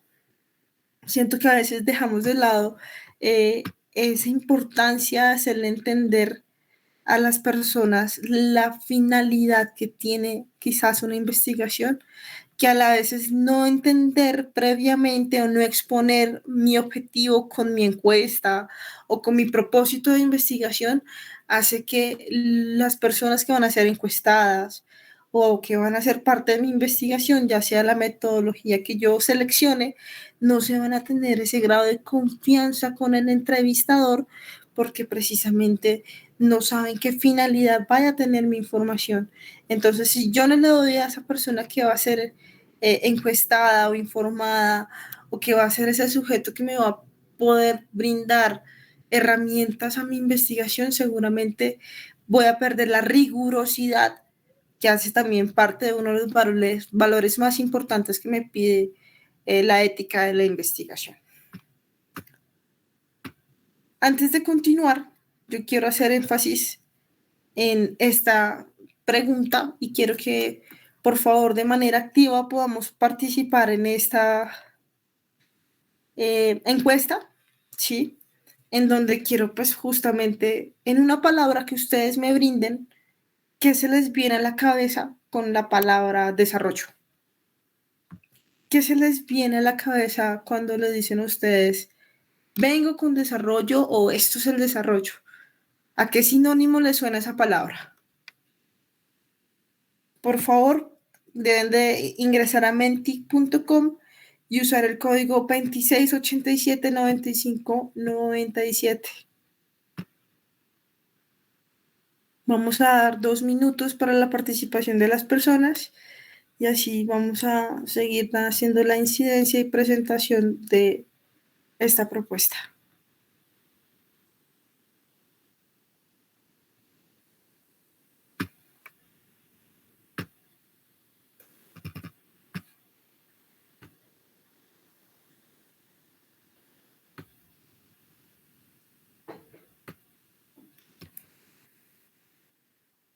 Ya les facilité el enlace por el chat de la llamada.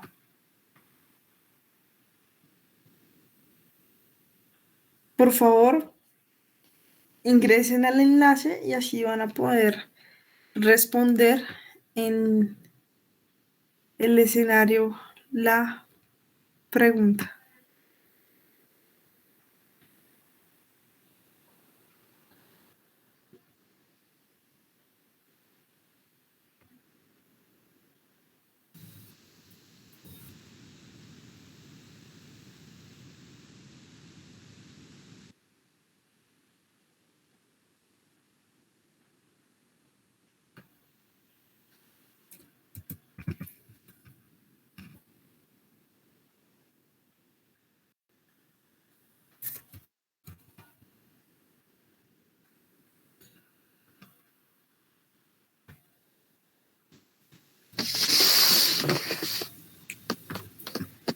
Daniela, Dime. la votación está cerrada, manifieste.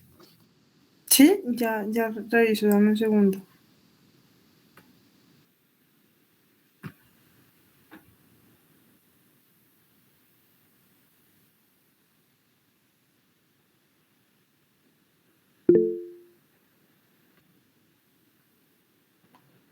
A ver.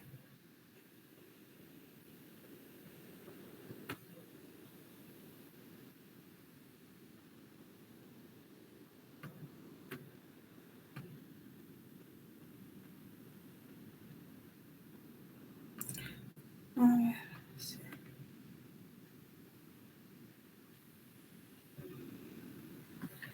Voy a intentarlo de nuevo con este. Por favor, me confirman si tienen acceso.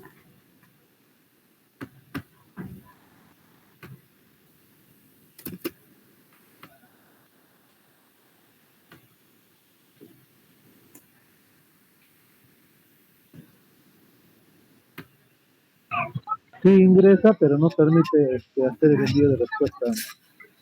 A ver, sí, ya. Listo.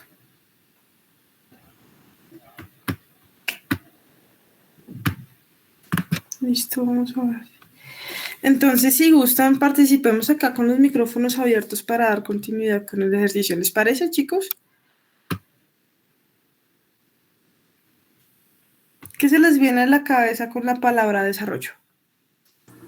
Progreso. Progreso. ¿Quién más? Para mí implica crecimiento. Crecimiento, avances, perfeccionamiento, nos comentan por el chat del grupo, desarrollo, Evolución. evolución, movimiento, un derecho, ok, pasos, mejorar. Daré un minuto más para seguirlos escuchando y seguiré. Para mí es desarrollar un tema, o sea, colocar ahí la información que se requiere, la información científica. Tratamiento, acrecentamiento, aumento. Muchísimas gracias a todos por participar, de verdad. Les agradezco mucho esta lluvia de ideas y una de las conclusiones que me deja este ejercicio es precisamente que todos la asociamos a algo positivo o algo que está directa o indirectamente relacionado con el avance. Mi pregunta es, ¿será que para todos el desarrollo será un avance? ¿Será que, por ejemplo, tomando un poco el escenario histórico colombiano y el proceso de conquista, será que cuando el desarrollo llegó bajo el dictamen europeo, para ellos lo fue en su momento. Yo creo que aquí en el contexto del desarrollo viene a depender de muchas visiones y a estas visiones es lo que quiero que veamos, hacia lo que quiero enfocar el eje comunitario, porque quiero que para desglosar esta temática que nosotros hemos llevado a cabo el día de hoy, creo que tenemos que entender que la investigación tiene que llamar 3 preguntas clave y 3 respuestas relacionadas a estas preguntas. Lo dejo a su código de ética si para ustedes también es así. Pero según Lolas, en el 2009 la investigación debe responder a estas preguntas. ¿Es justa? ¿Es adecuada? ¿Es buena? Y a estas 3 preguntas debe de tener estas 3 respuestas enfocadas. Que sea justa a todo, que sea adecuada tanto al arte como a la ciencia, pero que sea para hacer el bien. Y a este escenario de hacer el bien hemos podido reconocer muchos escenarios en donde previamente la historia deja claro que el ejecutar y el ejercer y el hacer investigación no siempre conlleva al bien colectivo, ¿sí? Recordemos un poco el escenario en donde justamente fue la Segunda Guerra Mundial, ¿sí? Y este escenario donde la Segunda Guerra Mundial viene a ejercer un poder no solamente bélico, sino también un escenario de conflicto de intereses, en donde los avances de la tecnología y del desarrollo relacionados con el personal científico y académico inmerso en la guerra fue uno de los botines de la misma. Y el entender que la tecnología y la innovación y el desarrollo que se da a partir de la investigación coge una connotación de muchos intereses inmersos, es donde se hace menester responderse estas 3 preguntas. Conecto con Pinto Bustamante en entender que la moral no refleja sobre sí misma, pues se transmite de generación en generación. Por el contrario, la ética, al ser una rama de la filosofía, se encarga de estudiar el fenómeno moral. Se pregunta el por qué la comunidad elige ciertas leyes y normas dependiendo de cada contexto histórico. Siento que si hacemos una transgresión a lo que era socialmente aceptado algunos años, vamos a poder ver muchos cambios. Uno de ellos era, por ejemplo, en la historia mundial, el reconocimiento o el papel de la mujer. ¿Ustedes qué otros creen que ha cambiado la actualidad estos escenarios históricos? ¿Cuál otro ponen de ejemplo ustedes? ¿Qué dicen?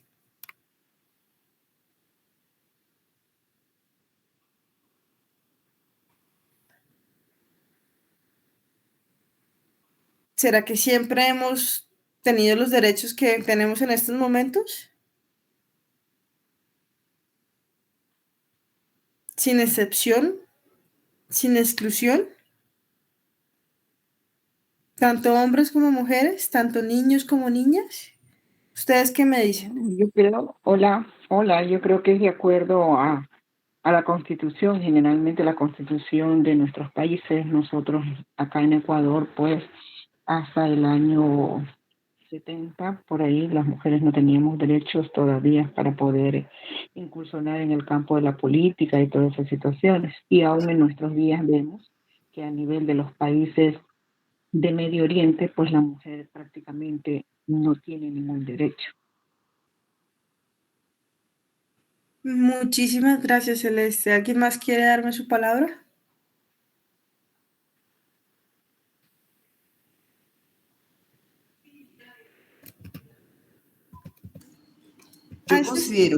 Yo creo que desde Venezuela, yo creo que desde el punto de vista de los derechos humanos, sí ha avanzado un poco esta participación en cuanto al pasado, a nivel de raza, a nivel de trabajo, a nivel laboral. Considero, es mi posición, pues. Y totalmente válida porque existen suficientes razones para justificar la importancia de la investigación científica. Y es que tanto universidades, escuelas y otras entidades de la sociedad dedicadas a la formación debe ser la base de la educación siempre en la investigación. ¿Por qué? Porque nos enseña a pensar, a comprender, pero ante todo crear nueva información, conocimientos y tecnologías a partir de lo que ya existe, permitiendo no solamente formar profesionales con creatividad, sino también una capacidad social para innovar que rompe ese modelo de pasividad existente en las últimas generaciones previas a los cambios sociales como las nuevas transiciones que demanda la sociedad. Siento que ese choque generacional está llevando a que en estos momentos se esté agudizando conflictos bajo los diversos intereses que hay en la sociedad, que se pueden representar tanto en una comunidad o en un grupo focal.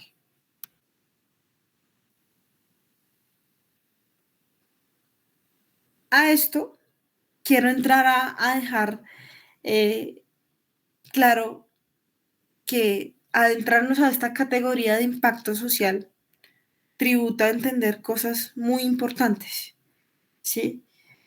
Entrar a entender la categoría de impacto social nos hace reconocer cómo nosotros vamos a entender esa otra parte de esta presentación que nos hace estar aquí el día de hoy, ¿sí?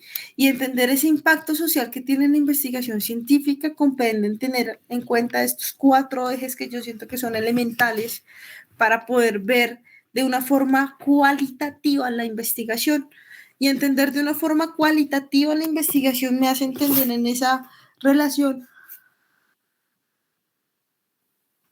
que existe entre cosmogonía, cosmovisión y comunidad.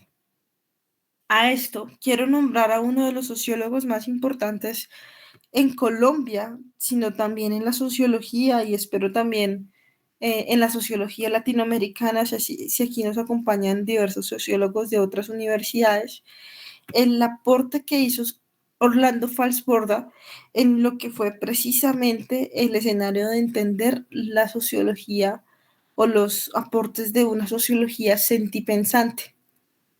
Él entendía, ¿sí?, la relación directa que existía entre lo académico, pero también lo comunitario. Y entender que esta relación que existía con la comunidad y se relacionaba con la academia era algo muy poco común en la práctica sociológica contemporánea. Aún hoy en día no es tan fácil para la rigurosidad científica el poder aceptar que la intervención nos puede dar datos rigurosos, confiables y creíbles sobre lo que es un producto de investigación. Y a esta persona, como les decía, Orlando Falsborda, aparte de ser un pionero en su área, nos llevó a poder entender que la comprensión transdisciplinar de las realidades locales es la puesta en escena de una metodología raizal y se enfoca en ser raizal en entender que es una acción participación, ¿sí? Es en donde nosotros y nuestros postulados, tanto teóricos, metodológicos, no solamente tributan o se relacionan a la academia, a que esos formatos que están previamente preestablecidos y contextualizados en otros escenarios, especialmente en donde la sociología se ha podido desarrollar más, como lo que es Europa y Estados Unidos, entender que esta participación que nace desde lo comunitario, que nace desde las raíces, que nace desde el contexto local, nos hace entender lo que es hoy por hoy uno de los avances que nos permitió justamente reconocer lo innegable para muchos en su momento, y es que es mostrarle al mundo sociológico del ayer y del hoy la necesidad de integrar la práctica disciplinar en el trabajo comunitario. Entender que los procesos de observación, más que ser observación participante, sean observaciones plurales, más allá de las estrategias de participación-acción, sean un escenario que nos incite a hacer estrategias de educación popular o intencionalidades con políticas de cambio. Y a esto no quiero que termine en un escenario de incidencia político, sino que me refiero al cambio, cuando tú puedes hacer la transformación de la realidad local a partir de los procesos de incidencia que nacen desde y por la comunidad. ¿Por qué? Porque hago esa relación y desde por la comunidad, porque precisamente eso es lo que va a definir que a mediano y largo plazo siga causando incidencia o sea una solución en la realidad local donde se hizo la intervención o la investigación. Siento que esto no se trata solamente de proveer información, ¿sí? Esto no solamente se trata de ejecutar normas y maneras de cómo hacer investigación. Esto se trata precisamente de poder crear un carácter en donde nosotros como investigadores podamos contribuir efectivamente a cultivar un carácter crítico para actuar con firmeza y sabiduría. Y para actuar con firmeza y sabiduría, el ser crítico va más allá de criticar. El ser crítico va en trabajar mancomunadamente para que estos intereses sean imparciales para todos los ejes de intervención y de investigación. A entender precisamente que en esta incidencia de saberes particulares siempre queden y prevalezcan los que benefician a todo el contexto o entorno, y apelando siempre a la buena voluntad de nosotros como investigadores y los buenos oficios de las instituciones, requerir el apoyo decidido del Estado en crear los criterios de confiabilidad y credibilidad de la información. En Colombia existe lo que se llamaba Colciencias, y en este escenario Colciencias es no solamente una fuente de información, sino también una fuente de innovación en el país. Y esto nos permite ser el frente de apoyo del ejercicio basado en crear alianzas que intervienen en la investigación, en donde se equilibra la balanza del Estado. Como lo dice justamente Goldbach, es extraño centrar nuestras frustraciones en solamente escenarios académicos o médicos o incidencia de expertos, cuando simplemente los gobiernos no han marcado una trascendencia para poder trabajar directamente con la industria y con la innovación y la comunidad, porque siento que en ese centro de poder que es la comunidad, la industria y la innovación, se puede hacer incidencia social a corto, mediano y largo plazo. Por eso conecto aquí dos escenarios muy importantes y me gustó mucho que ahorita en la participación que tuvimos verbal con ustedes, muchos relacionaban de manera positiva el escenario donde me hablaban del desarrollo de manera muy, muy bonita o muy positiva. Pero ¿será que el campesino que usted le dice, y quizás no sé si aquí encuentro a alguien que trabaja en temas de recuperación de memoria en relación a las semillas, para poder entender esto un poco más, o que sea campesino aquí presente, va a entender muy bien mi ejemplo, y los que no también voy a intentar ser lo más claro para que quede muy claro mi ejemplo? Y es que cuando usted le pregunta a un indígena que para él qué significa la tierra, ¿será que significa lo mismo para ustedes? ¿Alguien ha tenido la oportunidad de hablar con una persona que represente algún grupo indígena? Para ellos, ¿qué significa la tierra? Bueno, ¿Alguien lo sabe? generalmente nuestras personas del campo, indígenas, indican, pues en el caso acá de Ecuador, hablan de la Pachamama, que es la madre tierra, es todo, porque de ahí obtienen absolutamente todo. Por eso defienden su territorio y por eso existen inclusive comunidades no contactadas aquí en el país que defienden su territorio porque no quieren que llegue absolutamente nada externo, sino que quieren conservar sus raíces, su cultura, como ellos dicen, cultivar la naturaleza, y también pues la gente del campo tiene un especial apego por Madre Tierra. Muchísimas gracias, Celeste. Por favor, sé que hay algunas personas que están pidiendo la mano. Daniel, ¿me puedes ayudar con el orden, por favor?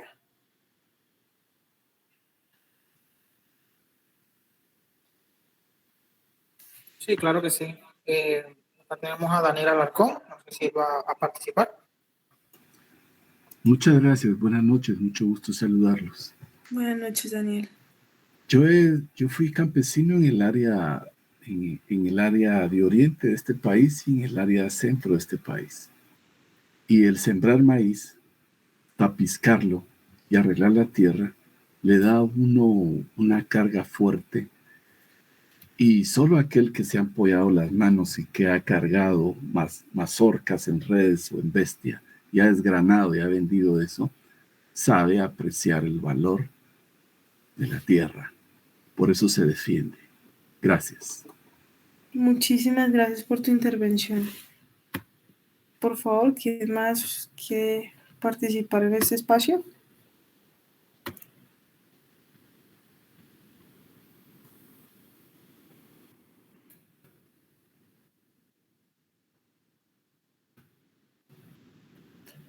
Ok. Voy a concentrar la relación de la información que ustedes me han dado con el ejemplo que estaba exponiendo. Precisamente en entender esta forma como ellos ven la Pachamama, ven la Madre Tierra, hace relación directa a lo que se conoce como la cosmovisión, como yo veo lo que me rodea, ¿sí? Y cómo esto se conecta como soy, con mis raíces, con mi forma de entender mis prácticas, tanto agrícolas, sociales, culturales, en la cosmogonía. Y en esta relación de cosmovisión y cosmogonía nace esta relación de sociología sentipensante. Sentir y pensar. Y que esta relación tenga una forma directa en cómo la comunidad se relaciona con el entorno. Seguramente varias de las metodologías, enfoques, técnicas que a veces se aplican en contextos diferentes o nacen desde sociologías externas a las que salen de nuestro contexto local, seguramente no van a tener ese grado de contexto de la realidad que sí o sí el investigador debe tener y hacer parte. Por eso, justo en este escenario, quiero hacer incidencia en esta sociología sentipensante, porque es la búsqueda de entender que este impacto social no solamente tiene relación con las generaciones futuras y presentes, sino que tiene una directa relación con la forma de ver y entender el mundo. Y en esta forma de ver y entender el mundo, la comunidad puede tener unas premisas políticas, culturales, ambientales y sociales diferentes a la persona que quizás esté a kilómetros de distancia. Ese ejemplo no solamente lo podemos dejar en un enfoque comunitario, también lo podemos trabajar en un enfoque independiente. ¿Será que usted, por más vecino de la persona que vive aledaño a su hogar, tienen gustos similares?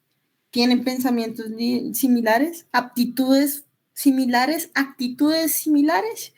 Y aquí lo quiero centrar porque esto nos hace entender que el impacto social nace desde la diferencia. Y esta diferencia también nos hace crear esta identidad. Y el entender que esta identidad recae en la comprensión de la otredad, ¿sí? Y en esta comprensión de la otredad nos hace entender la diferencia como parte del contexto en el cual nosotros somos inmersos como seres sociales. Eso nos ayudaría justamente a poder aportar a la disminución de la brecha a veces social que nosotros creamos como sociedad. Y que esta brecha social nos ayuda a que precisamente se nos pierda el foco de imparcialidad que siempre debe prevalecer, no solamente como investigadores, sino también como seres sociales. En este enfoque, hago directa relación a los aspectos éticos que tenemos que tener en cuenta para hacer el uso y manejo de esta información que nace a partir de nuestra investigación o nuestro proceso científico, porque estos aspectos éticos de tener en cuenta un consentimiento informado, de poder hacer de poder entender la importancia de la previo consentimiento en la publicación de resultados, o cuando se tiene en cuenta un escenario de ruptura de confidencialidad, nos hace comprender la incidencia a gran escala que puede tener nuestras decisiones en un contexto como lo son la ética y el impacto social que ésta puede crear en comunidades, pero también en los sujetos sociales e investigadores que somos. Por ende, yo quiero dejar esta premisa hasta este escenario, ya que siento que mi interés y foco de atención hacia esta presentación es precisamente entender que la incidencia que nosotros y responsabilidad que nosotros tenemos como investigadores repercuta no solamente al producto que estamos creando, sino también a la comunidad que estamos investigando, porque los resultados de la investigación nos pueden dar un contexto local, territorial e histórico de un escenario de incidencia que pueda permitir futuras investigaciones. Bien saben ustedes como investigadores sociales y no sociales que una investigación siempre da brechas a más investigaciones que nos permiten seguir creando nuevos productos y escenarios de investigación. Por eso es tan importante reconocer siempre la confiabilidad y credibilidad que se requiere para hacer uso de la palabra, del conocimiento y de la ética que nosotros como investigadores debemos de crear para el manejo de la misma. Por eso es importante y crucial reconocer que si no hacemos una introspección en relación a lo que somos y también a lo que queremos ser como investigadores, los conflictos de intereses van a causar incidencia a gran escala en nuestra intervención, que es lo que nosotros como investigadores queremos disminuir, ya que el perder estos criterios de confiabilidad, credibilidad y amparo para poder hacer una investigación eficaz, pues hace que nuestra investigación pierda calidad en los datos y resultados que está proveyendo. Y eso hace que no podamos ser una fuente confiable hacia lo que queremos impactar y aportar a la sociedad. No siendo más, dejo por cierre este escenario de información que nos encuentra el día de hoy.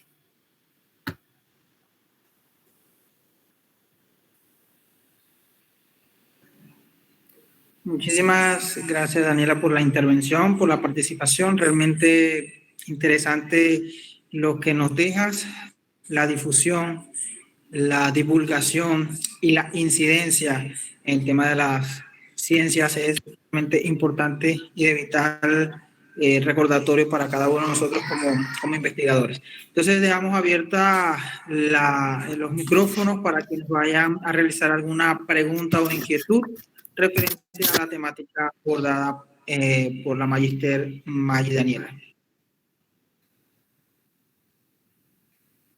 Muchas gracias a ustedes por la atención.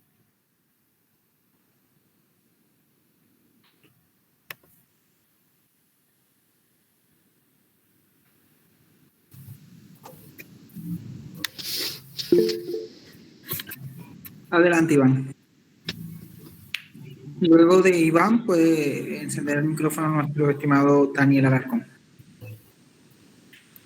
Buenas noches, Daniela. Felicitaciones por tu exposición. Mi pregunta está relacionada con, en las universidades básicamente se realiza proyectos de vinculación con la comunidad. ¿Cómo poder acceder a una información un poco más real, teniendo en consideración que lo que se le solicita a los pobladores o a la gente del campo, un consentimiento informando de que ellos van a ser parte de una investigación, pero no siempre vamos a tener respuestas, una gran aceptación de la comunidad, puesto de que no existe la suficiente confianza en muchos de los lugares aquí rurales del Ecuador, porque asumen que ellos van a perder bonos, van a perder ciertos beneficios por parte del Estado. ¿Qué se podría hacer en este caso? Ok.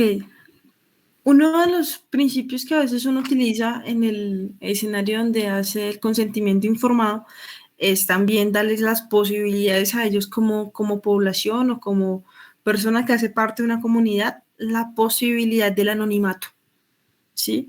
Cuando damos la posibilidad del anonimato a las personas que quizás quieren hacer referenciar su opinión en relación a una encuesta o en relación a otro escenario donde se pueda causar esa incidencia, pues seguramente vamos a poder lograr que ellos se sientan más libres y no sesgados ante la responsabilidad de repercusiones sociales, políticas o de otro tipo que lleve a tener en cuenta su opinión. Eso por un lado.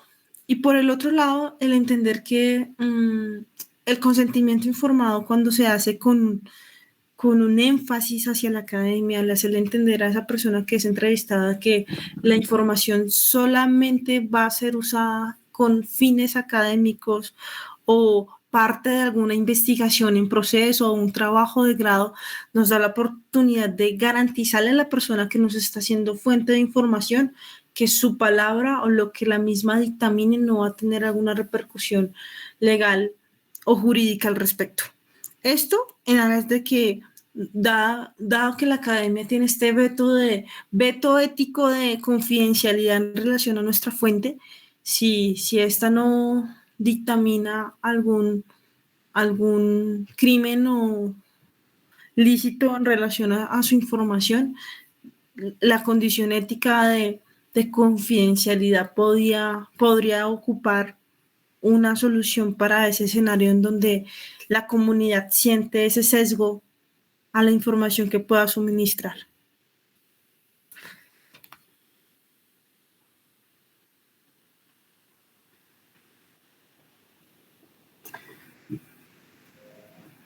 Voy a compartir brevemente la experiencia como investigador asociado de hongos comestibles en la región indígena de la República de Guatemala, desde donde los saludo.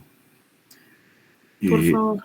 La naturaleza no distingue cuando un hongo es tóxico, venenoso o comestible, pero la parte ladina, como se denomina en Guatemala, indígenas y ladinos, al no tener ese conocimiento ancestral, cada año aparecen personas que fallecen por consumir hongos que no conocen. Entonces, dentro de este proyecto, como la parte del consentimiento era que trabajamos con mujeres vivas del conflicto armado interno ocurrido durante 36 años en la República de Guatemala.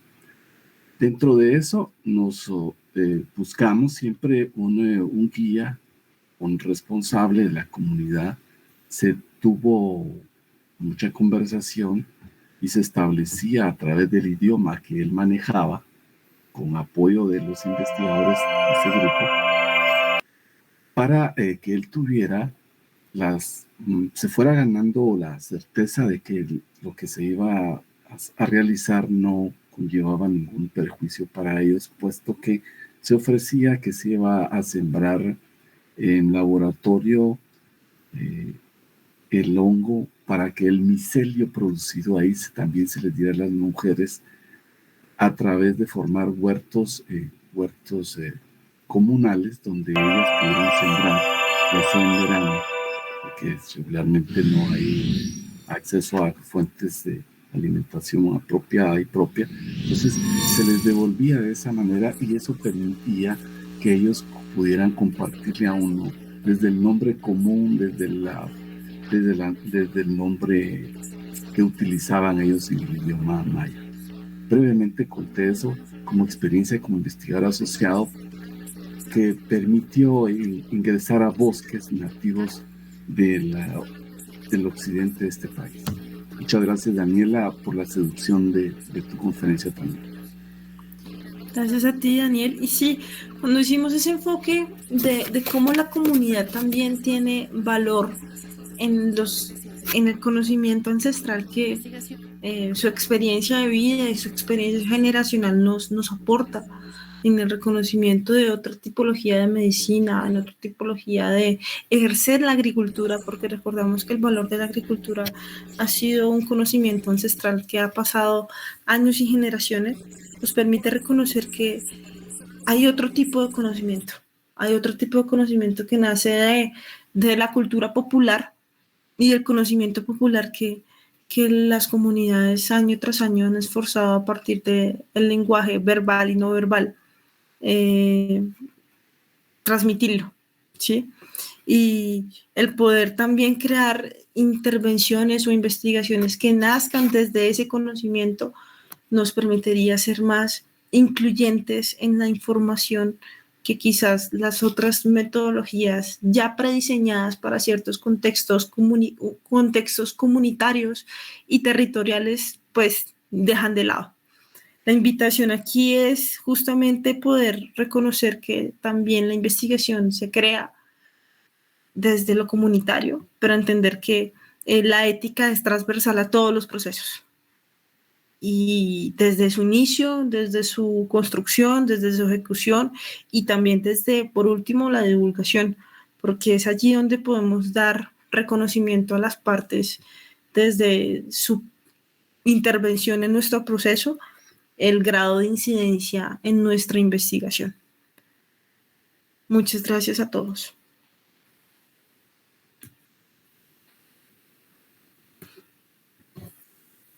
Bueno, muchísimas gracias, Magíster Maggi, por su intervención, por sus palabras, y realmente la noche de hoy fue bastante satisfactoria.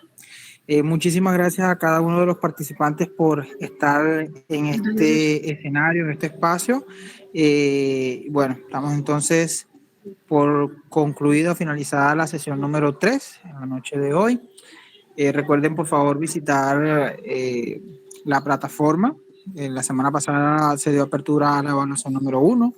Esperamos puedan realizarla con éxito, y cualquier duda, inconveniente o novedad, por favor, me la hacen llegar por medio del WhatsApp.